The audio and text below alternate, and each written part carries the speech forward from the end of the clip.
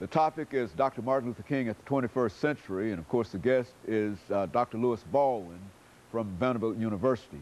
Dr. Baldwin, during this last segment, let's give you an opportunity to sort of inform our audience in terms of some of the things that you're thinking about in terms of Dr. Martin Luther King and how Dr. King, the role that Dr. King has played in what we're doing here today. Okay. One of the things that disturbed me today is that we have this tremendous tendency to celebrate the dreamer, the person of Dr. King, who he was. But we don't want to celebrate and affirm and pursue the fulfillment of his dream. Okay. And I think that becomes very problematic for me. Not only is that a problem, there's also the problem of certain factions in our society trying to claim ownership to Dr. King's dream. Very good. I've heard people on the religious and political right use Dr. King in their efforts to promote what they call a pro-life culture, that is against abortion. I've heard people on the religious right use Dr. King against the gay rights movement. They are trying to use Dr. King to promote conservative causes. But you never hear anything about race, you never hear anything about economics, you never hear anything about peace. So they have a very limited perspective on Dr. King. I think there's the need today to recapture a sense of who Dr. King was, what his dream was about, and the kinds of tactics and methods he employed in the pursuit of that dream and of the fulfillment of that particular dream. So the problem today, I think, adds up to a distortion of what Dr. King was, what he was about. And in many cases, we are too prone to celebrate the dreamer without celebrating the dream.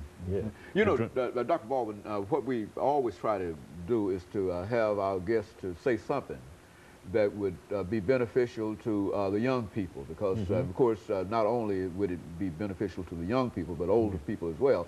But I think that you would admit that we're having a real problem in terms of dealing with our young people and having them to focus on some of the things that are important, etc. Certainly Dr. King would have some attitudes in reference to these pants, that we are way people dressing, etc., etc. And so, well, why don't you speak, you know, what would be his message today? His message to young people today in terms of what they have to do. I think one aspect of his message would be study hard. Dr. King was an intellectual.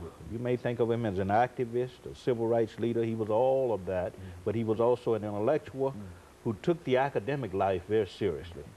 And in his own speeches and letters to students, he encouraged them to study hard.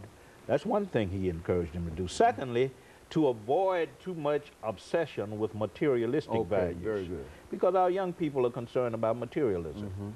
The price of clothes, the price of our sneakers, expensive clothes, expensive jewelry, that kind of thing. Dr. King was not about that. He said that materialism is not, shouldn't be very important in our lives. We all have things, we all want to own things, but spiritual values are much more important. Moral values are much more important. We have to learn how to live in relationship to our fellow men and women. We have to learn how to make contributions not to just the uplift of ourselves, but to the uplift of all people. And we need to think in terms of the other. Dr. King often said that the first law of life is not self-preservation, it's other preservation. Yeah, we think certainly in terms of our own self-preservation, but we have to also think of others. And I think that's very important. And I think if he was alive today, he would focus on the need for education, the need to avoid too much of an emphasis on materialism, and the need to embrace spiritual and moral values.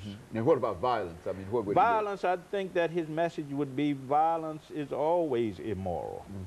And I think he would say that on an interpersonal level, violence is wrong. In intergroup relations, violence is wrong. And in international relations, violence is wrong. You can't create a culture of life and a culture of peace through violence and human destruction. I think that would be his message. You know, Dr. Baldwin,